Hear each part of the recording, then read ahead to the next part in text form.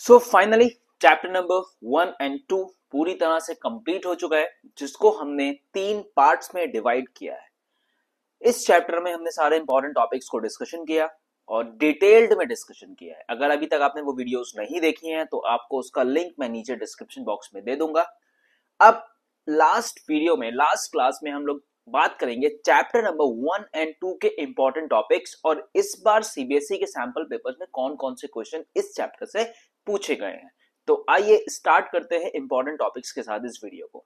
आइए, तो इस क्लास में, इस चैप्टर में हमने जिन जिन टॉपिक्स को डिस्कस किया है वो सारे यहाँ मेंशन है, और इन सारे टॉपिक्स को वीडियो से स्टार्ट होने से पहले, क्लास स्टार्ट होने से पहले मैंने आपको समझाया है कि कौन सी क्लास में कौन सा वीडियो हम लोग, कौन से टॉपिक हम लोग पढ़ेंगे।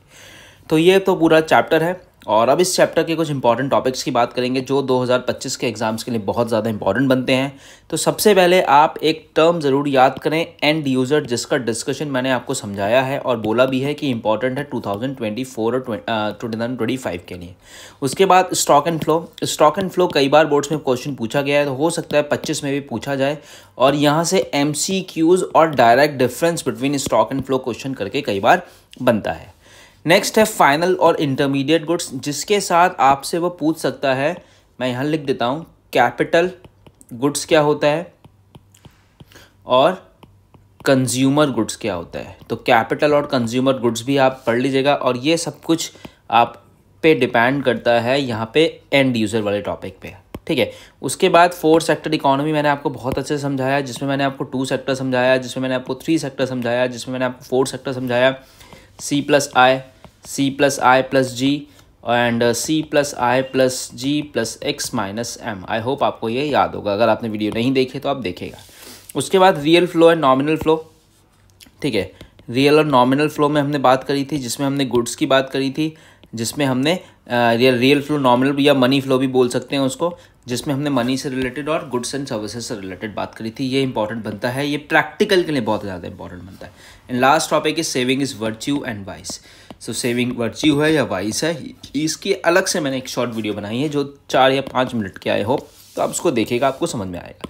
तो इस चैप्टर 1 और 2 में ये सारे टॉपिक्स आपको बहुत अच्छे से पढ़ने हैं। इन टॉपिक्स को तो आप बिल्कुल भी नेग्लेक्ट, बिल्कुल भी स्किप नहीं कर सकते हैं। ये टॉपिक्स तो आपको एनी हाउ पढ़ने ही पढ़ने, और इन टॉपिक्स में कोई भी डाउट हो तो आप सीधे मुझे पूछें, ठीक है। उसके बाद अब देखिए, मैं आपको जो बता रहा था, इस बार सीबीएसई ने सैम्पल पेपर इशू किया है 24-25 के लिए। इस चैप्टर से कौन सा क्वेश्चन पूछा है, देखिए इस चैप्टर से जो सीबीएसई ने क्वेश्चन पूछा है ना, कहाँ गया क्वेश्चन, हाँ ये है। तो ये 17th का क्वेश्चन नंबर 17 का बी पार्ट पूछा है, जो 4 और 6 नंबर, मतलब 6 नंबर में यहाँ से आपको क्वेश्चन पूछा है। डेप्रीशिएशन, हाँ एक चीज़ और लिख लीजिएगा यहाँ पे ना आप लिख लीजिएगा, मैं आपको लिख देता हूँ। इसमें आप एक बार डेप्रीशिएशन और अच्छे से पढ़ लेना, depreciation and depreciation reserve fund. Depreciation क्या होता है, जिसके अंदर हमने एक्सपेक्टेड ऑब्सलेंसेस एंड अनएक्सपेक्टेड ऑब्सलेंसेस पढ़ा था। तो ये सब इंपॉर्टेंट चैप्टर नंबर 1 और 2 में बनते हैं। तो ये क्वेश्चन इस बार बोर्ड से पूछा गया है, ये वाला 17 क्वेश्चन। आप सीबीएसई का सैम्पल पेपर देखेंगे तो आपको पता लग जाएगा। मैं आपको दिखा भी देता हूँ, देखिए आप सीधा सा जाइए सीबीएसई की वेबसाइट पे, तो ये सीबीएसई का सैम्पल पेपर खुला हुआ है। ये आपका पेपर है 2024 और 25 का। यहाँ पे आपको कितने नंबर के कौन से क्वेश्चन आएंगे, 40-40 मार्क्स के दोनों पार्ट्स आएंगे, मैक्रो और मैक्रो इकोनॉमिक्स। जो क्वेश्चन मैं आपको बता रहा था वो क्वेश्चन 17 है, ये वाला 17 का पार्ट नंबर भी 4 और 6 नंबर में। इसी तरह से इंडियन इकोनॉमिक डेवलपमेंट है, ये सारा का सारा चैप्टर आपको यहाँ देखने को मिल जाएगा। अगर आपको कोई भी डाउट हो तो आप मुझे पूछेगा, मुझे मैसेज कीजिएगा, मैं आपको हेल्प करूँगा।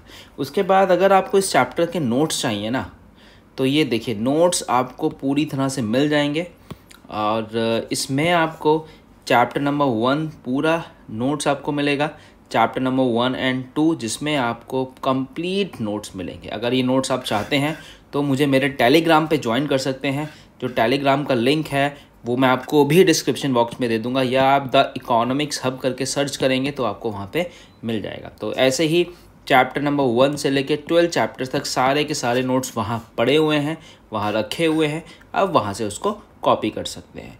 तो this is all about chapter number 1 और 2। आई होप आपको चैप्टर अच्छे से समझ में आया होगा, और अगर चैप्टर समझ में आया हो तो प्लीज़ अपने दोस्तों के साथ इसको शेयर कीजिएगा, और आप मुझे इंस्टाग्राम और मेरे यूट्यूब पे मुझे सब्सक्राइब कर सकते हैं। Thanks for watching. I hope आपको ये इंपॉर्टेंट टॉपिक्स समझ में आए होंगे और आपको ये भी पता लगा होगा कि कौन कौन से टॉपिक्स पे हमें ज़्यादा ध्यान देना है और कौन कौन से टॉपिक्स को हम स्किप भी कर सकते हैं। तो this is all about chapter number 1 and 2। I hope आपको बहुत अच्छे से समझ में आया होगा। अगर अभी भी आपके कोई डाउट्स हैं तो आप मुझे कमेंट करें, मेरे इंस्टाग्राम पे मुझे मैसेज कर सकते हैं और इवन आप मुझे सीधे कॉल भी करके पूछ सकते हैं। Thank you so much for watching and अभी तक जिन बच्चों ने इकोनॉमिक्स का ई भी स्टार्ट नहीं किया है तो प्लीज उनके साथ इस वीडियो को शेयर करें और मुझे कमेंट करके बताएं कि आपको वीडियोस कैसी लग रही है। Thanks for watching.